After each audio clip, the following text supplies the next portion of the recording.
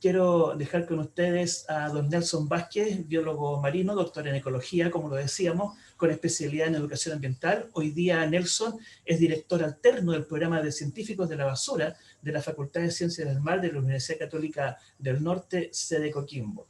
Así es que, Nelson, dejamos entonces en tu poder la cámara y el inicio de la presentación. Muchas gracias por la presentación. Muy buenos días a todas las personas que están conectándose y conectadas a esta sesión de biodiversidad, y agradecer al equipo que está organizando esta sesión, estos talleres. Felicitaciones por el éxito que han tenido hasta el día de hoy. Espero aportarles a su éxito hoy día también. Y bueno, comenzaré entonces con mi presentación. Como ha sido mencionada, el título es Biodiversidad, Basura Marina y Educación, trilogía para hablar sobre conservación. Así. Los temas a tratar son tres, ¿cierto? Primero hablaré un poquito de biodiversidad, luego un poquito de basura marina y finalmente de educación, enfocada principalmente al programa de los científicos de la basura. Primero, biodiversidad entonces, pero para hablar de biodiversidad conviene previamente conversar un poquito o mencionar qué es diversidad, ¿cierto? Y si uno busca en el diccionario o en la actualidad googlea la palabra diversidad, aparecen varios sinónimos que tienen que ver con diferencias, con distinciones. He puesto estas imágenes de distintas ventanas para acompañar básicamente.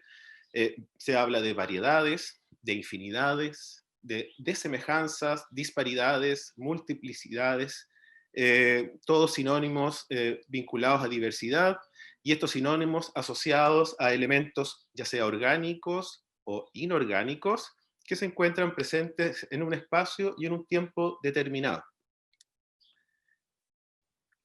Yo quería, para no ser solamente yo quien hable o yo quien entregue algo, quería invitar a los asistentes a que desenfunden sus celulares, por favor, y puedan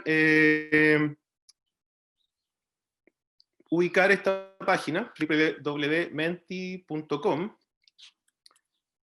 y una vez que entren a la página puedan poner ahí el código 25192, que entiendo que se está publicando también en el chat o en el chat del YouTube,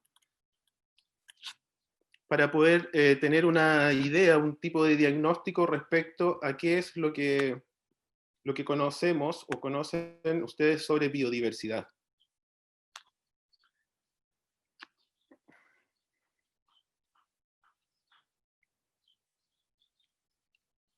En la medida que vayan ingresando respondiendo esta pregunta, van a ir apareciendo en la pantalla sus respuestas en un tipo de gráfico de palabras.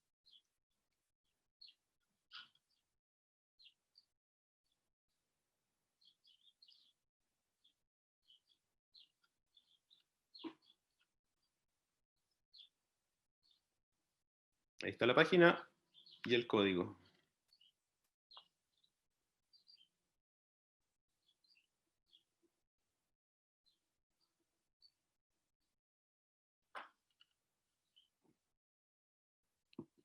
Ahí están apareciendo las primeras respuestas: diferencias de especies, variedad de especies. Muy bien.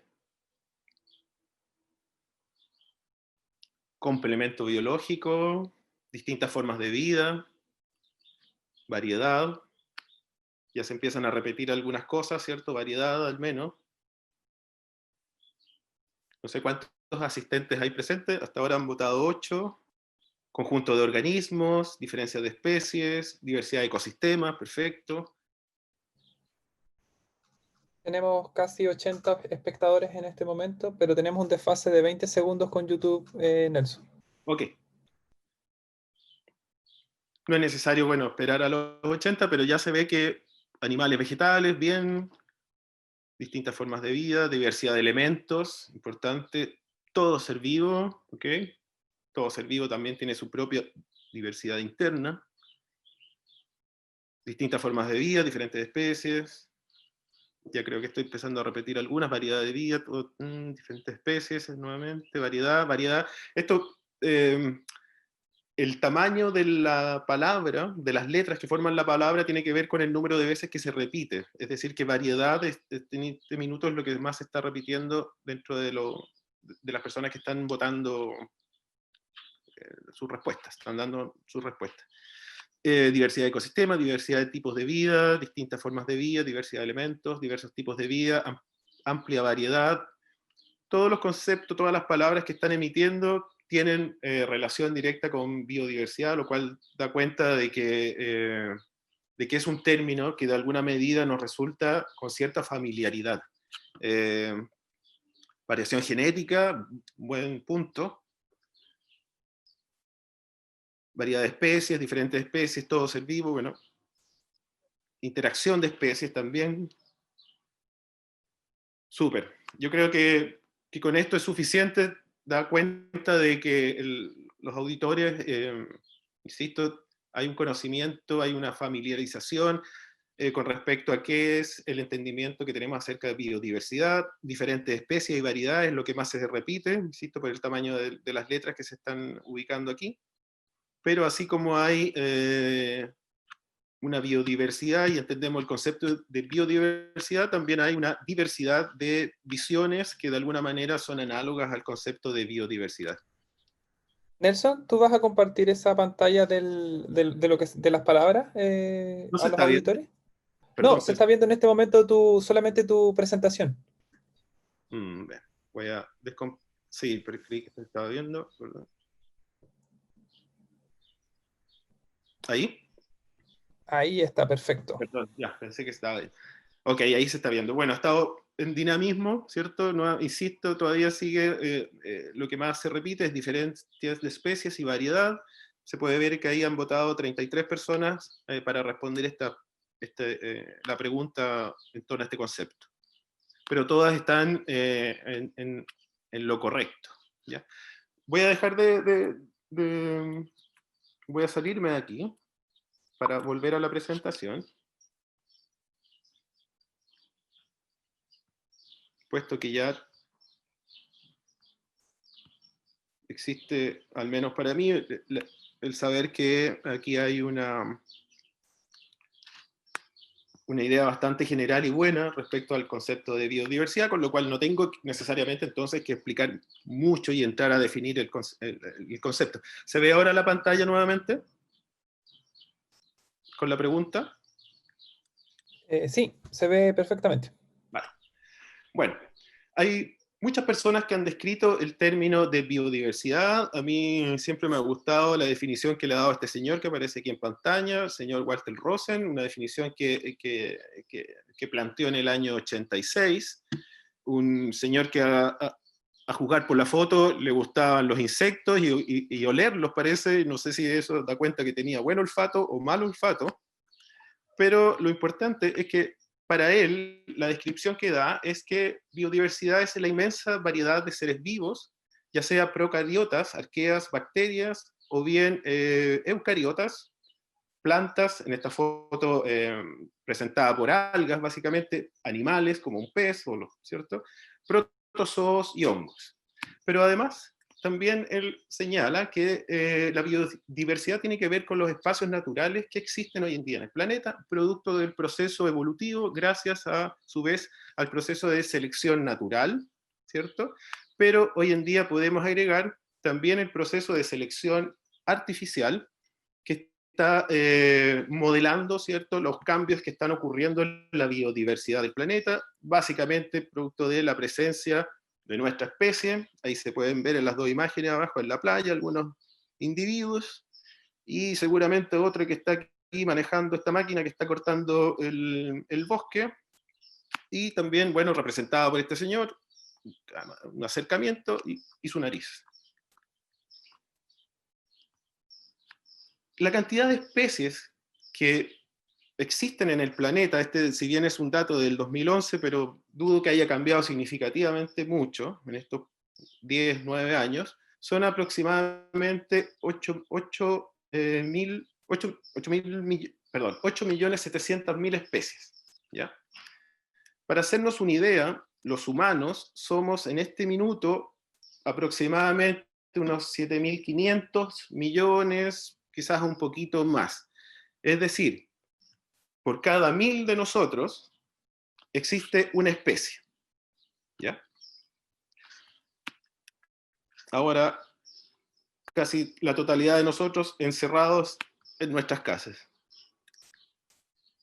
Un punto importante para hablar de biodiversidad es que hay que tener presente que las especies no se distribuyen de manera al azar en el planeta, ¿cierto?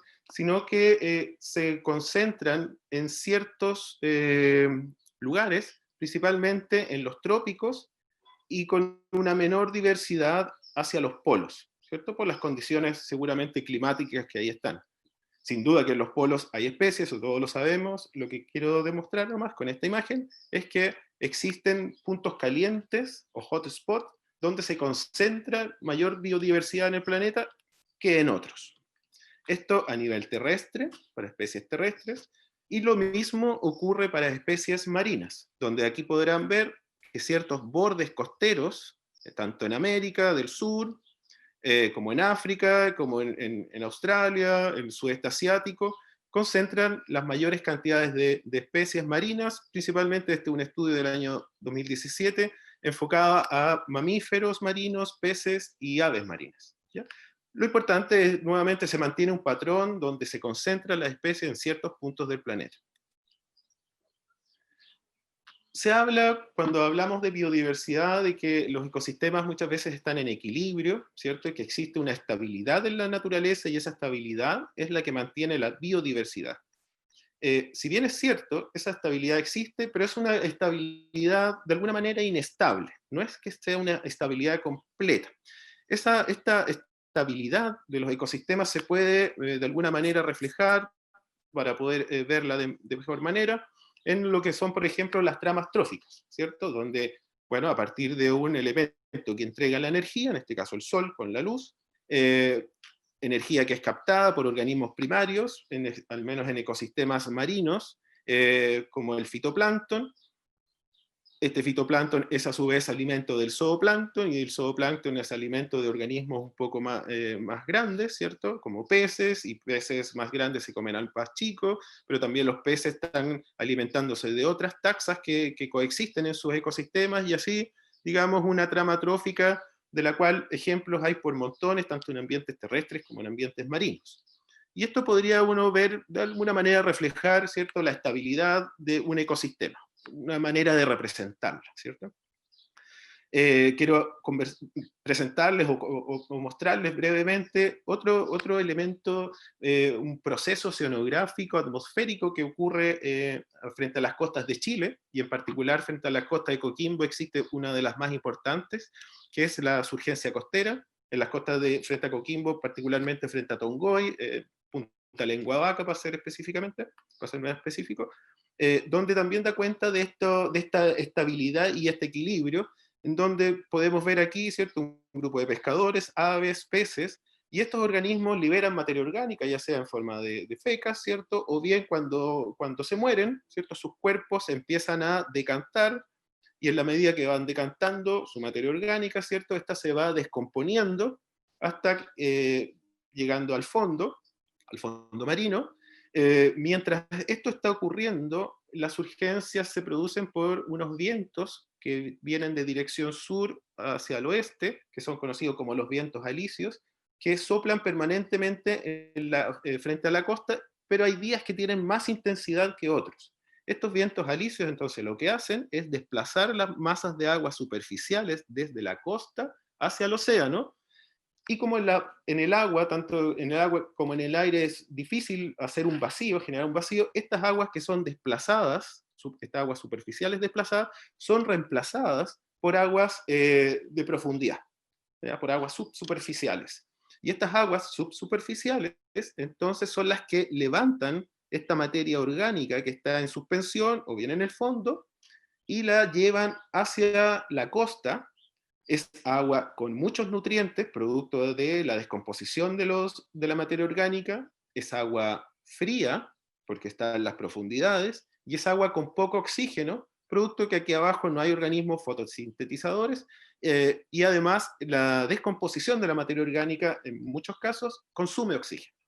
Lo importante es que son aguas con muchos nutrientes que alimentan entonces las costas de nuestra región y de nuestro país, fomentando, ¿cierto? Entonces, impulsando esta trama trófica, principalmente materia orgánica que es tomada por fitoplancton, por macroalgas, por invertebrados, y así la trama trófica, que representada por la figura que está al lado, y estas surgencias costeras es lo que garantiza la productividad del mar chileno, ¿cierto? Es lo que caracteriza al mar chileno. Las urgencias costeras no solo se dan en Chile, pero sí se dan en algunas otras regiones del planeta, que son pocas, como frente a las costas de California o bien frente a las costas de Sudáfrica y Namibia en el continente africano, que son precisamente también las costas de mayor productividad. Entonces aquí podemos ver de alguna manera dos ejemplos marinos de estabilidad, entre comillas, estabilidad de la biodiversidad o que mantiene esta biodiversidad. Sin embargo, el desequilibrio provocado también por pequeñas perturbaciones de origen natural contribuyen no solo a la estabilidad de la biodiversidad, sino más bien contribuyen al aumento de la biodiversidad.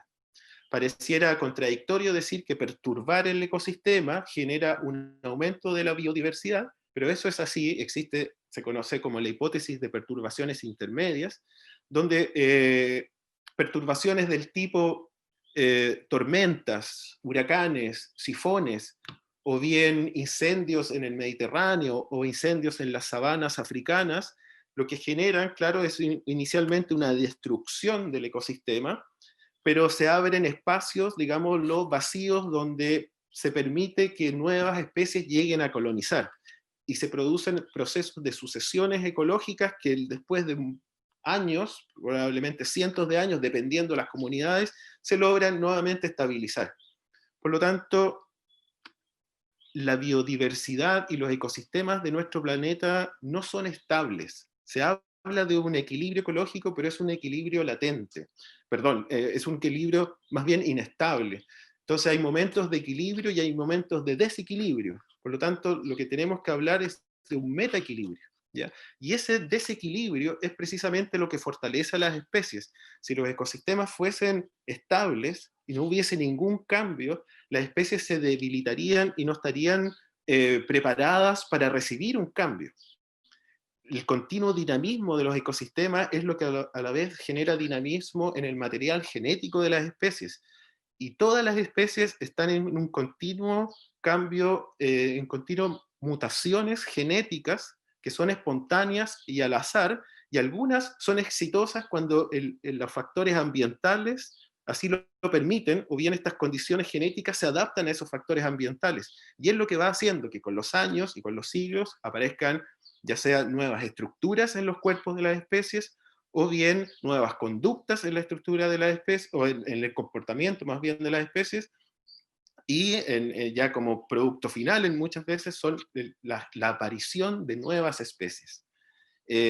Como un dato, el 99% de las especies que ha existido en el planeta hoy en día no existen, por precisamente este dinamismo de los ecosistemas y por lo tanto en la biodiversidad. Les quiero pedir nuevamente, porque yo les he conversado de estas perturbaciones, entonces ahora les quería nuevamente pedir que entren al menti.com, digiten el mismo código 25192 y puedan responder la pregunta de cuáles perturbaciones debemos preocuparnos, más bien que puedan afectar la biodiversidad. Voy a descompartir y compartir la otra pantalla.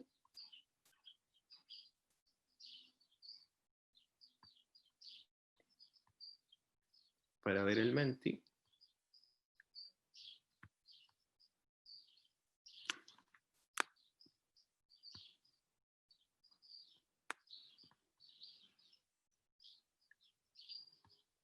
Perdón.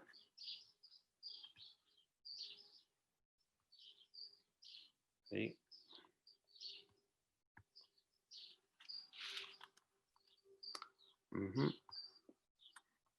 Ahí sí.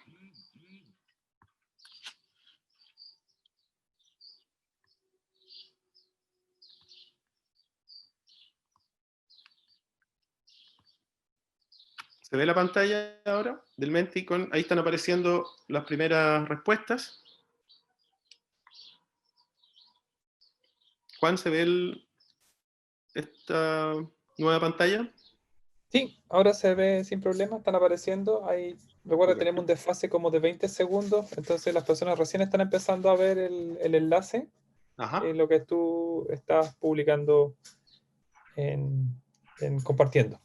Muchas gracias. Entonces, De ¿de nada. cuáles perturbaciones debemos preocuparnos? Es la pregunta, y aquí aparece pesca de arrastre, de las no naturales, modificaciones de los suelos, contaminación, cambio del uso del suelo, cambio climático, se repite, no se agranda la letra porque en una es cambio climático con acento o con tilde y en el otro no. Intervenciones humanas, vi por ahí algo del hombre, las del hombre. Bien, contaminación, las de origen humano, desastres industriales, la basura, hidroproyectos, contaminación, ya se repite, hay por lo menos más de dos que hablan de contaminación, ¿cierto? Contaminación en general, las antrópicas, todas respuestas acertadas, ¿cierto? Son perturbaciones no naturales, ¿cierto? Son perturbaciones que de alguna manera sabemos de dónde vienen, sabemos también las causas, cambio climático, se repite, contaminación y cambio climático, perturbaciones que debemos preocuparnos, ¿sí? Las antropocéntricas, cambio de suelo, modificación del suelo, tienen relación, contaminante, deforestación,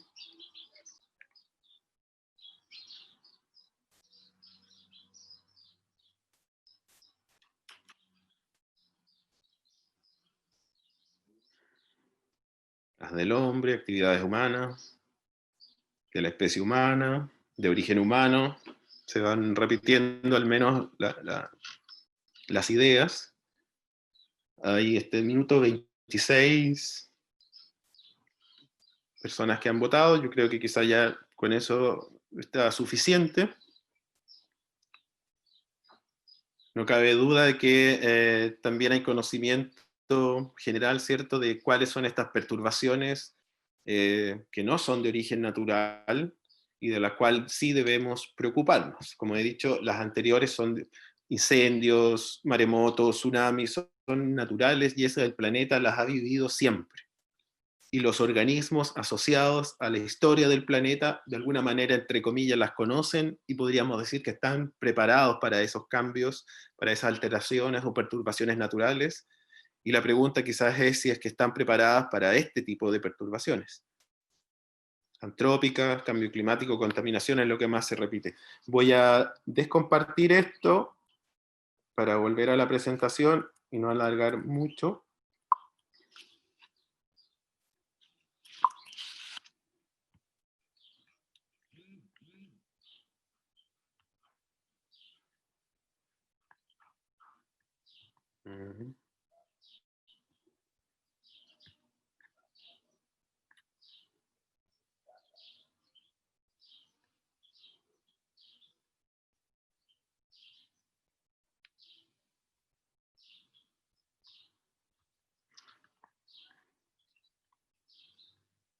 ¿Se ve nuevamente la presentación? Sí, sin Vale. problema. Súper. Ok, entonces yo creo que hay consenso entre nosotros de entender o de saber, ¿cierto?, cuáles son las perturbaciones que debemos preocuparnos. De acuerdo a varios autores, yo cito un trabajo del 2016, de las perturbaciones que más debemos preocuparnos y que afectan la biodiversidad, en primer lugar se encuentra la fragmentación de los hábitats, como se muestra en esta figura, en este campo, ¿cierto? Y esa fragmentación, pensémosla en distintas escalas, aquí podemos hablar de una deforestación a un par de hectáreas, ¿cierto? Pero imaginémonos una ciudad que hoy en día está instalada en lo que fue alguna vez un bosque o una pradera. A eso se entiende por fragmentación de los hábitats, ¿cierto?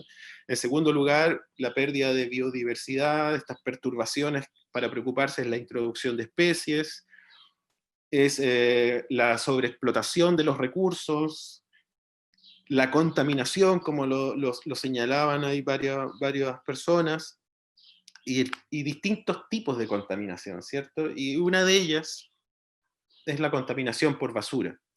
Y nosotros todos sabemos de dónde viene esto, ¿cierto? O sea, quién es el responsable de que ocurran este tipo de perturbaciones, ¿cierto?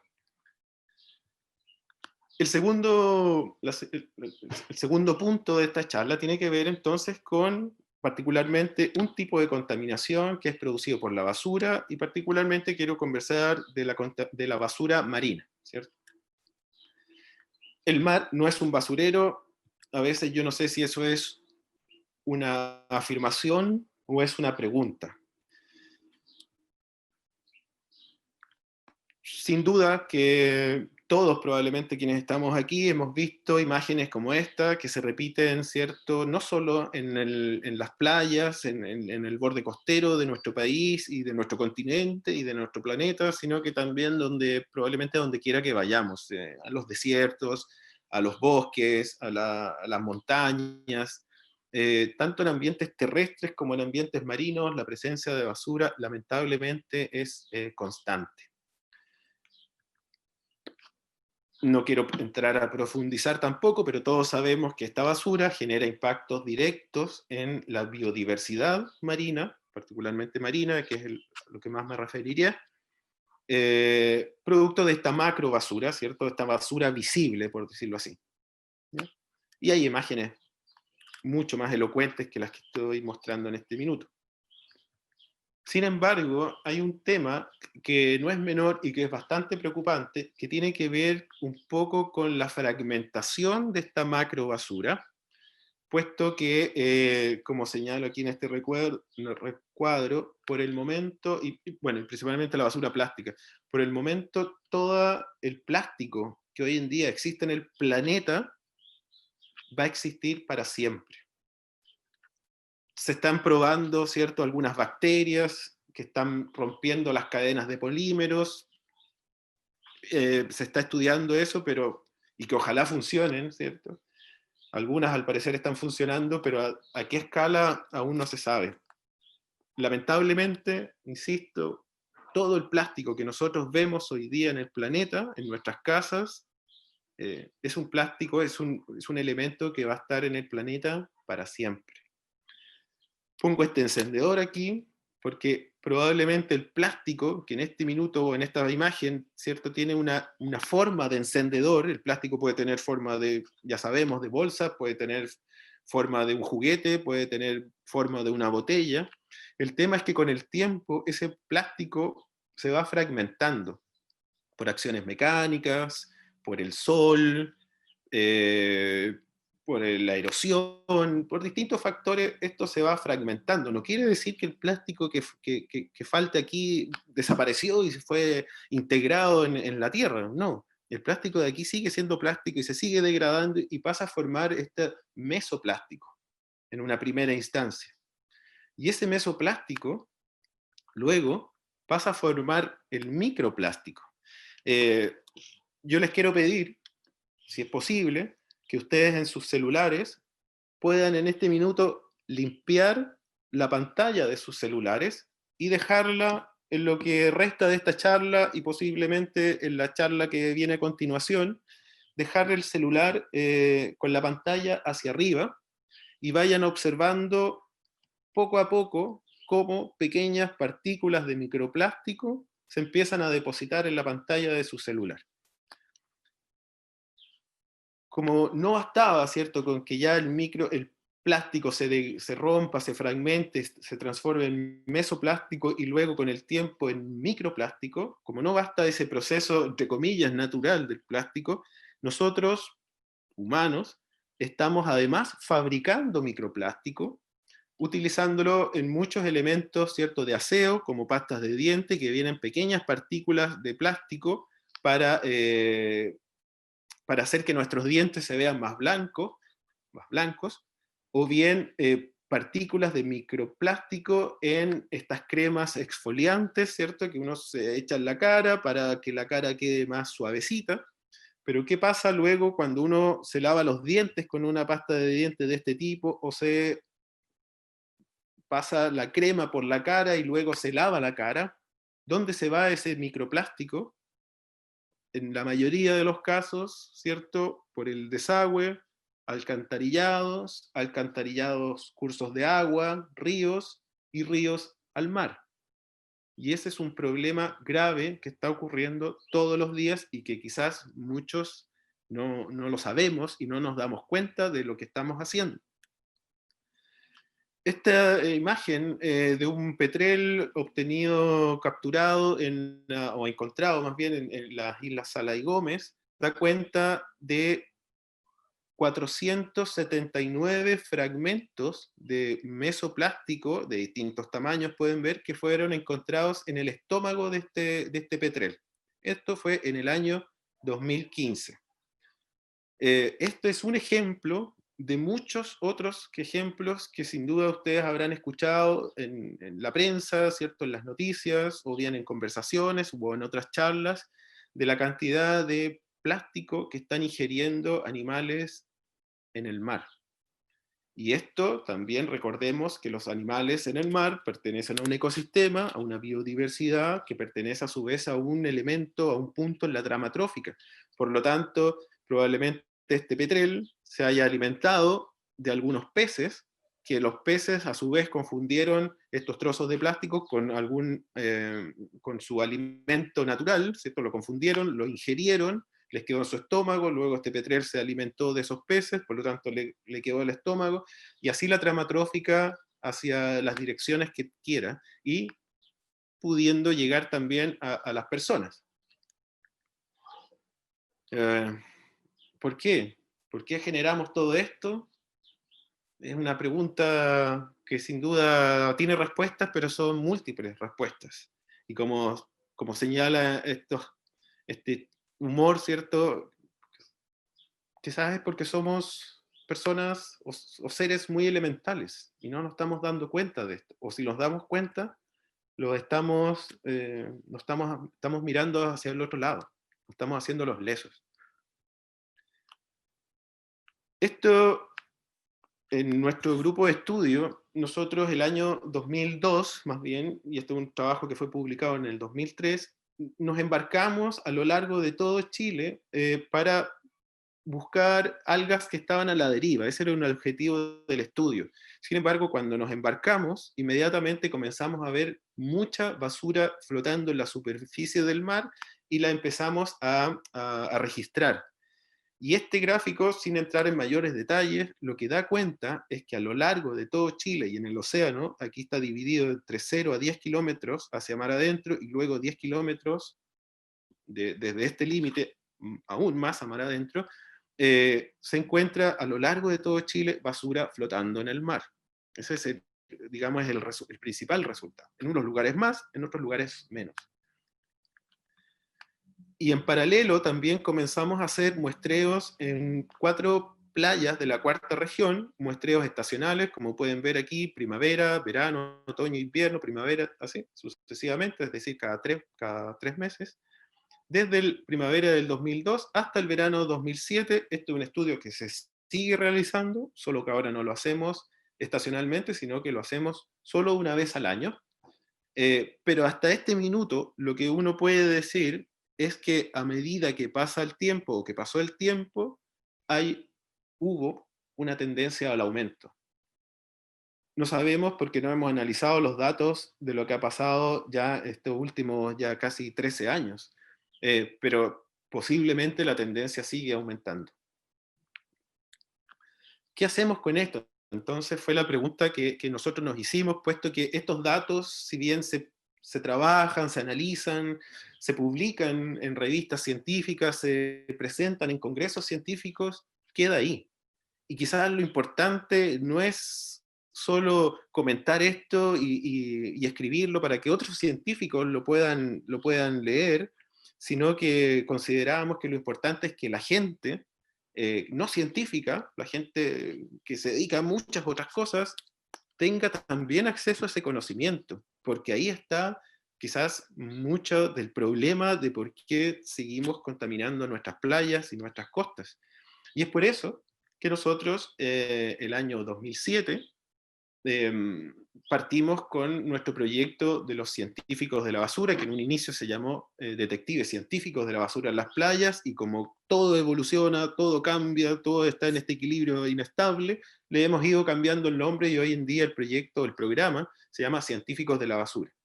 Como les decía, este programa partió en el año 2007 y desde ese instante, lamentablemente, ha seguido funcionando.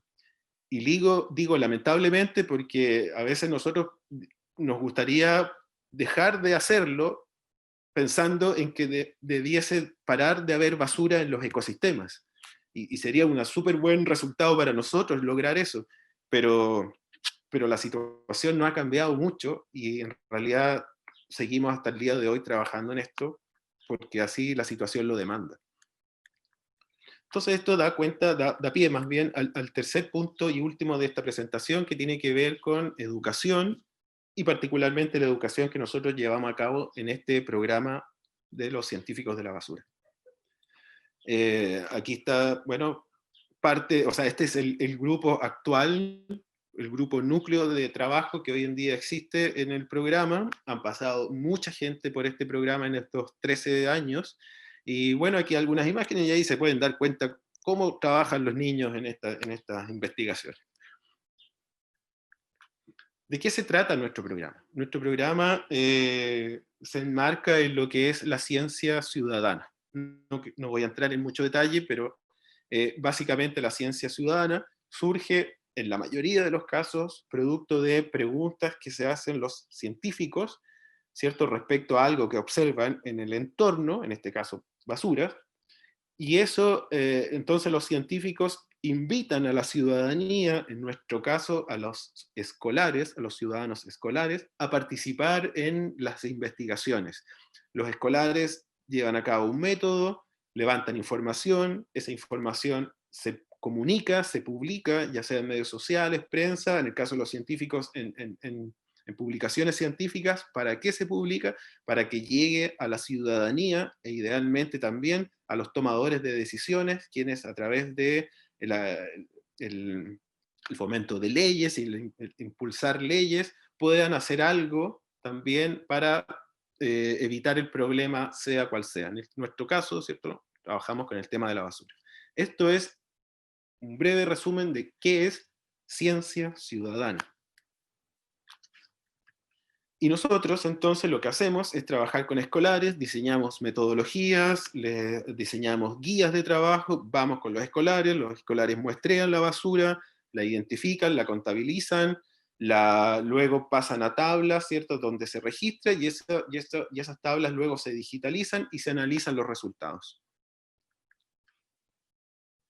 Algunos de los resultados, muy rápido, sobre el trabajo que nosotros hacemos son los muestreos nacionales que hemos hecho de basura en las playas. Desde el año 2008, cada 4 años hemos estado haciendo. Este año más bien, correspondía a hacer el 4º muestreo nacional de basura en las playas, que por razones obvias no lo hemos podido hacer. Y esto, lo importante es que da cuenta no solo que los estudiantes, los escolares pueden hacer ciencia, sino que además como resultado que existe lamentablemente basura a lo largo de todo el territorio. Estos son muestreos solo en las playas. En algunas regiones esto afortunadamente ha ido disminuyendo en el tiempo, pero en otras no, y en otras se ha mantenido, incluso ha crecido. Lo mismo hacemos con estos mesoplásticos, este plástico fragmentado. Hicimos un primer muestreo nacional el año 2011, y los resultados también dan cuenta de que los estudiantes pueden hacer ciencia y pueden levantar datos, y en todo Chile existen concentraciones de mesoplásticos presentes en las playas. Aquí la escala es de 0 a 100, 200, 500 ítems por metro cuadrado, ¿cierto? Imagínense en un metro cuadrado un promedio de 50 fragmentos de plástico, y con una gran excepción, un salto gigantesco aquí en Isla de Pascua, no porque los pascuenses, la gente de Rapa Nui, produzca mucho plástico o esté botando mucho plástico al mar, sino que por efecto de las corrientes marinas, todo ese mesoplástico es varado en la Isla de Pascua, o mucho de ese mesoplástico es varado allá.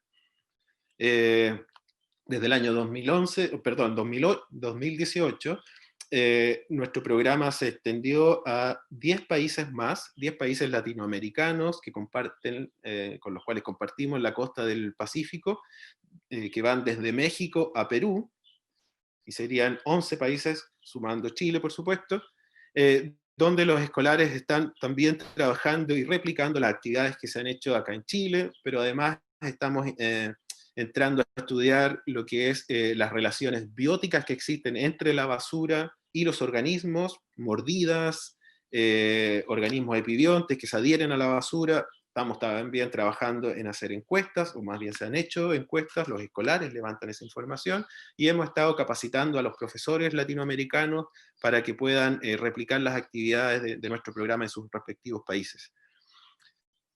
¿Qué estrategias, si se gusta decir, en relación a la educación nosotros llevamos a cabo? Yo diría que la didáctica de las ciencias, producto de una serie de ventajas o de aportes que esta, a mi parecer, tiene para la enseñanza y la educación. Esto quizás lo podríamos conversar en la siguiente etapa, en el conversatorio que viene más adelante, pero esa es nuestra línea de acción, a través de la didáctica de las ciencias, porque tiene una enorme amplitud de beneficios, y fíjense aquí en una publicación del año 2010, donde dice: la enseñanza de las ciencias en una sociedad con incertidumbre y cambios acelerados. Qué mejor, digamos, situación de incertidumbre y de cambios es lo que hemos estado viviendo durante este año, y que la enseñanza de las ciencias podría permitir a los estudiantes prepararse para estos nuevos desafíos que vienen de aquí en adelante, porque para nadie es un secreto que a partir de esta situación el mundo entero cambió, no solo su manera de ser, sino que también su manera de educar. Si existe un modelo de educación en el cual trabajamos, no lo sé, quizás pueden ustedes decírmelo más adelante, pero a mi parecer estoy cada vez más convencido de que una manera de educar es que las personas, los educandos, no se den cuenta que están siendo educados.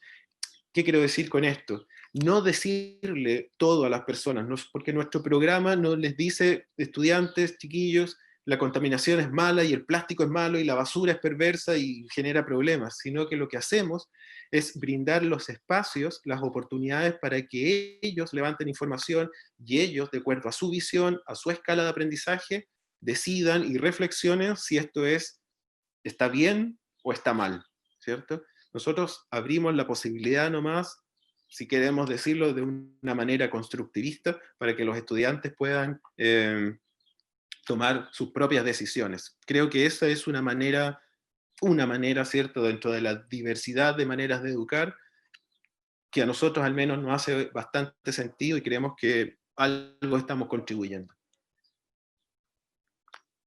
Les quiero dar las gracias por el escucharme, por su tiempo, y bueno, creo que nos encontramos en un momento más en un conversatorio después de la charla que viene a continuación de esta. Así que muchas gracias. Nelson Vázquez, biólogo marino, doctor en ecología, director alterno del programa Científicos de la Basura de la Facultad de Ciencias del Mar de la Universidad Católica del Norte, sede Coquimbo. Estimado Nelson, muchas gracias por tu presentación, muy interesante por las preguntas que hemos visto y hemos recabado, que han efectuado en el chat de YouTube y por otros medios también. Se ve el interés que ha despertado esta temática. Sabíamos muy poco de estos, todavía nos falta mucho por aprender, y hay muchas preguntas que al final de este bloque las vamos a intentar responder, así que Nelson, te pedimos que nos pueda acompañar hasta el final de este bloque. Muchas gracias. No. Muy amable. Vamos inmediatamente a hacer algunas preguntas que nos han llegado a don Nelson Vázquez. Nelson, hay una pregunta bastante específica. ¿De qué manera se relaciona la surgencia costera con la biodiversidad y cómo se compara con los mares tropicales?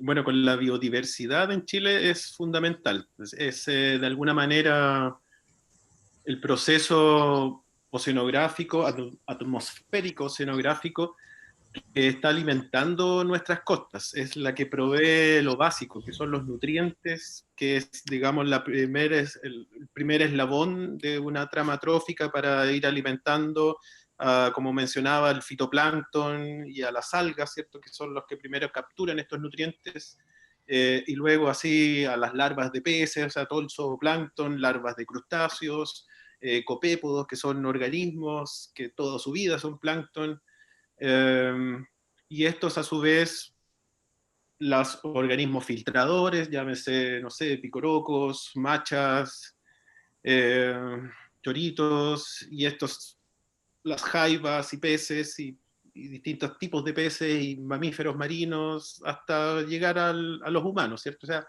la productividad de nuestro océano, que es famoso en todo el mundo, se debe en gran parte al sistema de corrientes Humboldt, que es el sistema que anida, digamos, estas urgencias costeras. Las urgencias costeras están a lo largo de todo Chile, no en todas partes de Chile, ¿cierto? Pero sí, digamos, distribuidos en el territorio, en el maritorrio, y tiene mucho que ver también con la geografía de la costa, bastante que ver con la geografía de la costa. Son pulsos de nutrientes que se levantan no todos los días, pero hay semanas, hay tiempos que duran 3, 4 días, fenómenos fuertes de surgencia, luego baja la intensidad porque disminuyen los vientos alisios, pasan otro par de días, ¿cierto? Y se vuelve a levantar el viento y vuelve a, digamos, a revolver, por decirlo de alguna manera, todo este sistema de surgencia. Es fundamental para la biodiversidad, um, pero también para las cantidades de organismos por especies, ¿cierto? O sea, una cosa es la diversidad de especies y otra es el número de especies y el número de individuos por especie. Que en el caso de Chile, nosotros no tenemos una biodiversidad tan grande comparada como en el trópico, o en los mares tropicales también. Sin embargo, sí tenemos muchas abundancias de individuos. Es por eso que la pesca es tan productiva o se da muy bien acá. Mares de Centroamérica, si bien son diversos, las abundancias de esas especies son menores que las que muestran nuestro océano frente a nuestras costas, quiero decir, a estas latitudes. Son diversos, pero en menos cantidad de individuos por especie, ¿ya? Producto de que no tienen tantos nutrientes. Un ejemplo que quizás podría ayudar a esto es siempre en las fotos, en las imágenes submarinas de Centroamérica o del sudeste asiático, son aguas muy transparentes, ¿cierto? Donde son ideales para fotografiar organismos marinos. Y son muy transparentes precisamente porque no tienen tantos nutrientes que estén por ahí obstaculizando la imagen. En cambio, cuando se fotografían organismos marinos frente a las costas de Chile, por ejemplo, se ven las aguas muy turbias y no se pueden ver, no se puede distinguir a mucha distancia. Y eso es precisamente, ahí está visiblemente la diferencia en la cantidad de nutrientes que tenemos en nuestras latitudes frente a nuestras costas versus latitudes menores, más cercanas al Ecuador. Perfecto, Nelson, muchas gracias. Ojalá que Lucas Vega, quien hizo la pregunta, haya visto que se respondió a su pregunta. Luis Nelson y Rodrigo Soto preguntan respecto a si la basura flotando en el mar es mayor en el norte, en el sur, en todo Chile es igual. Luis Nelson pregunta también agradece la explicación de los procesos marinos, pero también le gustaría saber qué área del maritorio de nuestra región existe más concentración de perturbaciones. Y también pregunta asociada es ¿por qué en primavera se observa más basura en los gráficos que se mostró? Ya, son 3 preguntas. Entonces. Ajá. Ya, la primera, bueno, al menos hasta este estudio que nosotros hicimos en el año 2003, ya, 17 años atrás, efectivamente las mayores concentraciones de basura flotando la observamos frente a las costas de Antofagasta, y frente a las costas de San Antonio, ¿ya? Pero eso fue hace 17 años atrás. Nosotros no hemos vuelto a hacer ese estudio. Por lo tanto, como todo cambia, todo es tan dinámico, no podría saber en este minuto, ¿cierto?, si es que ese patrón se mantiene o bien eso se ha ido cambiando. Quiero decir también que nosotros ese estudio lo hicimos embarcándonos un día por cada zona. Es decir, y eso también depende de las corrientes. O sea, podríamos habernos encontrado con un día que había mucho movimiento de basura por efecto de corriente frente a las costas de Antofagasta o de San Antonio, y si hubiésemos ido en otra fecha, probablemente la cosa hubiese sido distinta. Yo creo que lo importante de eso, sí, es dar cuenta de que efectivamente existe basura flotando en el mar y a lo largo de todo el territorio, ¿ya? Y menor basura, recuerdo que era en Arica y frente a las costas de Chiloé. Pero insisto, todo eso es dinámico, porque el mar no está quieto nunca. Y la basura flotante depende de las corrientes marinas. Entonces, no es algo que se quede estable como podría ser la basura presente en una playa o en un bosque, ¿cierto? Donde no es tan dinámico, digamos, la superficie que estaría moviendo esa basura. La otra pregunta tenía que ver con perturbaciones, me parece. Sí, me gustaría saber qué área del Maritorrio en nuestra región existe más concentración de perturbaciones, basura. En nuestra región. Perturbaciones por basura. Sí.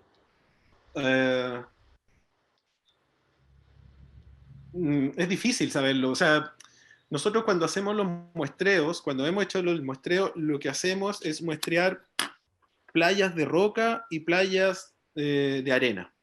Indudablemente que en las playas de arena es mucho más fácil recolectar la basura, porque es fácil acceder a una playa de arena, ¿cierto? Y caminar sobre una playa de arena. No así en una playa de roca donde, ¿cierto? Hay cuevas, hay microgrietas y a veces no es fácil acceder a recoger toda esa basura porque está es difícil y hay un tema de seguridad también a veces en las playas de roca. Frente a eso, nuestros datos arrojan más en playas de arena que en playas de roca, pero ahí hay un ruido, digamos, hay un efecto del muestreo. Es también difícil, también es un tema temporal, tampoco es difícil obtener, digamos, algo porque depende de la época del año. Hay épocas del año que todos sabemos donde hay más presencia de gente en la playa, ¿cierto? Que en otras, y eso influye. También hay épocas del año donde se presentan más marejadas en nuestras costas que en otras, principalmente en invierno hay más marejadas que en primavera-verano. Y eso puede también generar que más basura esté llegando a la costa por razones de marejada, ¿cierto? O sea, basura que no es depositada directamente en la playa, sino que es basura que por alguna razón ha llegado al mar y luego queda varada en la playa. ¿Y por qué hay más basura en primavera que en invierno? No, tampoco podría decirlo. O sea, por razones de marejadas debiese haber más basura en invierno que en primavera-verano. Por temas de presencia de personas que estén haciendo uso de la playa, debiese haber más basura en primavera-verano. Todo es dinámico. Hay que entender que cuando uno hace un estudio, hace un muestreo, en el fondo lo que va a hacer es obtener una imagen, una fotografía de lo que está ocurriendo en el momento en que uno va a muestrear. Pero para poder obtener un estudio realmente, quizás para poder responder bien a esa pregunta, habría que diseñar un trabajo en que estemos todos los días muestreando la playa y probablemente durante un año, y aún así un año quizás es poco. Nosotros lo que hacemos es levantar información para al menos tener una idea de lo que está ocurriendo. La explicación de por qué a veces hay más o hay menos pueden ser muchas especulativas, ¿sí? Tenemos algunas sospechas, pero no podemos probarlas en este minuto, no podríamos dar una respuesta 100% certera de todo esto. Insisto, o sea, todo esto es un ambiente y hay dinamismo, y así como hay dinamismos en las especies naturales, al parecer también hay un dinamismo en la presencia de basura en las costas. Gracias, Nelson. Parece que tenemos que aumentar nuestro conocimiento aún en esta materia. Como en todas las... Claro. Pregunta número 4. A ver, agrupadas porque hay mucho interés por cómo poder ayudar a que no se concentre estas basuras de plástico. ¿Cómo se puede colectar el nanoplástico del medio? ¿Qué tecnologías o avances en la extracción de los microplásticos y plásticos se están desarrollando en la actualidad?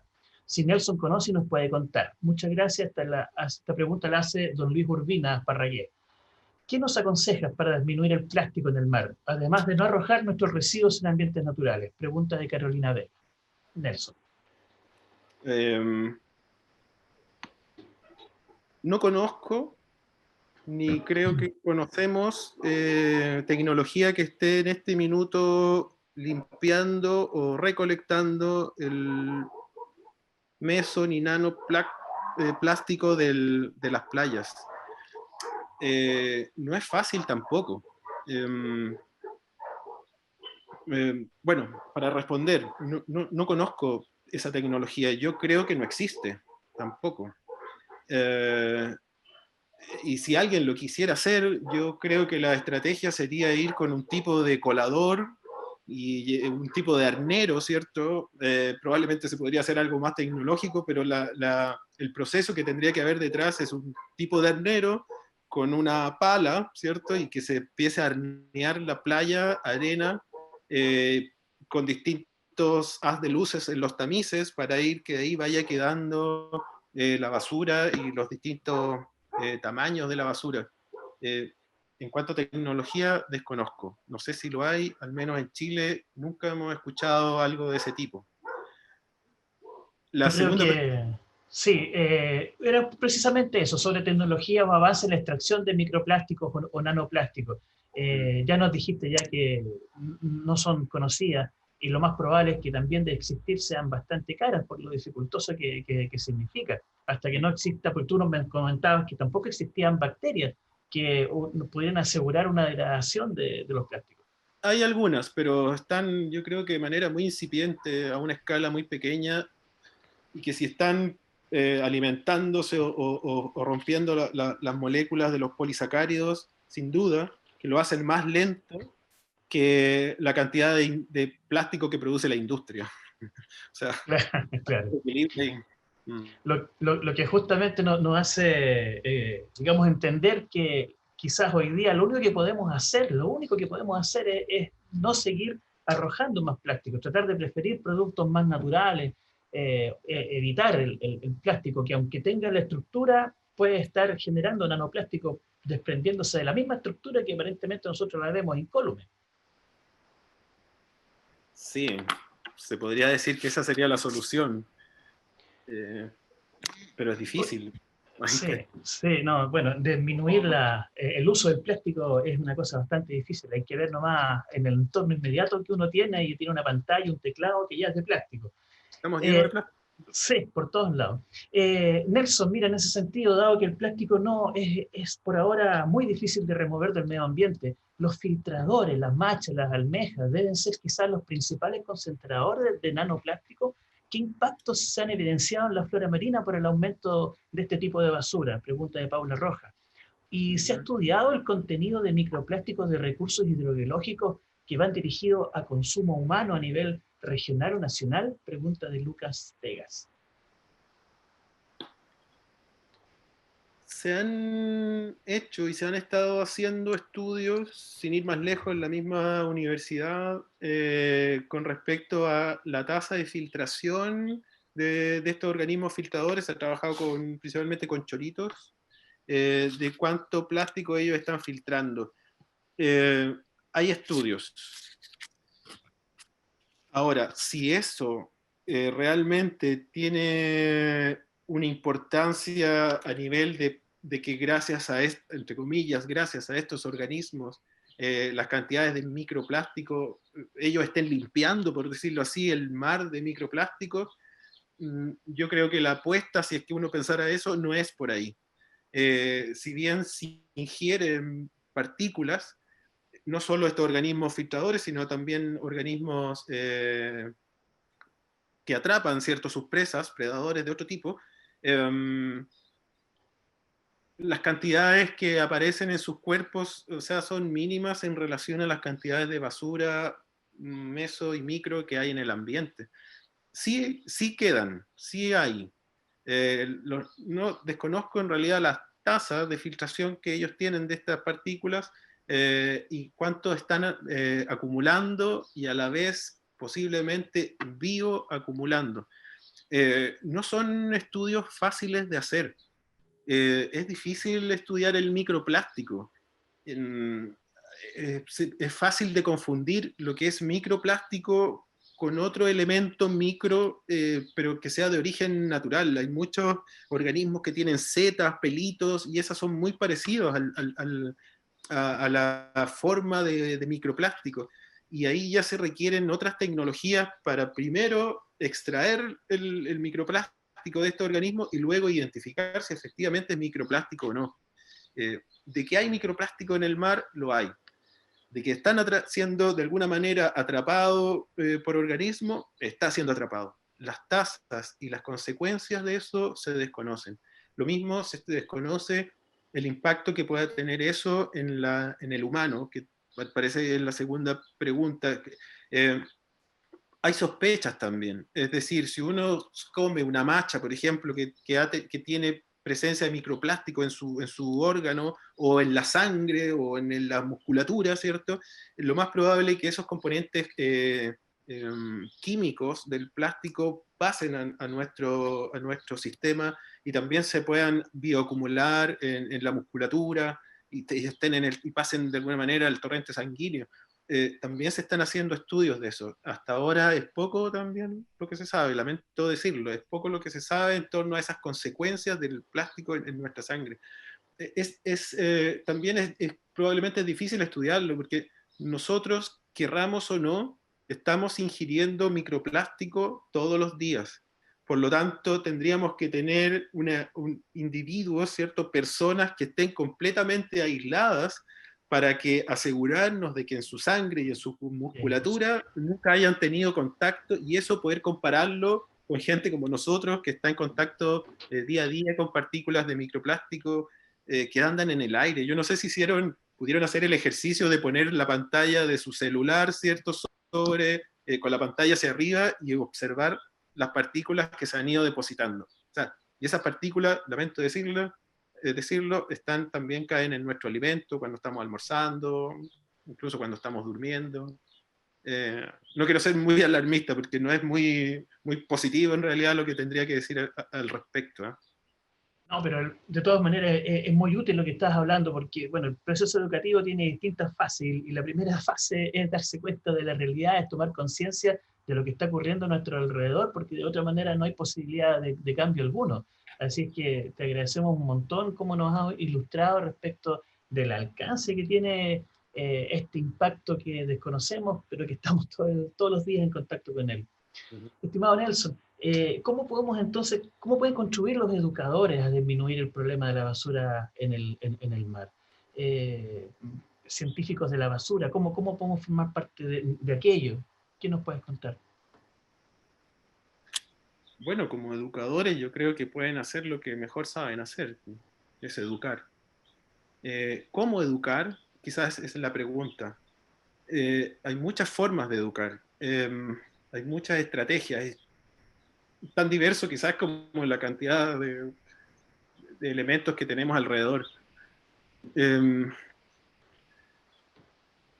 Sin duda que la educación es parte importante. Insisto, la pregunta es cómo educar, cómo llegar a cambiar no solo contenidos y conocimientos, sino que ese conocimiento pase a generar conciencia, y esa conciencia en las personas pasa a cambiar valores que repercuten en un cambio de conducta. O sea, si queremos educar finalmente en esto para que la educación sea entre comillas, la solución al problema, debemos enfocarnos en estrategias que apunten al cambio de valores en las personas, que tiene que ver con cambios profundos, es decir, en la manera en que nos relacionamos con el entorno, en la manera que consumimos lo que estamos consumiendo, en la manera de entender estos procesos, y que eso logre sensibilizar a las personas. Y cómo hacerlo para que logre sensibilizar a las personas de la misma manera, puesto que somos tantas personas y tan diversas y todas con intereses distintos y todas aprendemos de maneras distintas y a escalas distintas. Por lo tanto, una estrategia de educación para un grupo de personas puede funcionar, pero quizás no va a funcionar para otro grupo de personas que incluso sean de la misma ciudad y que tengan la misma edad.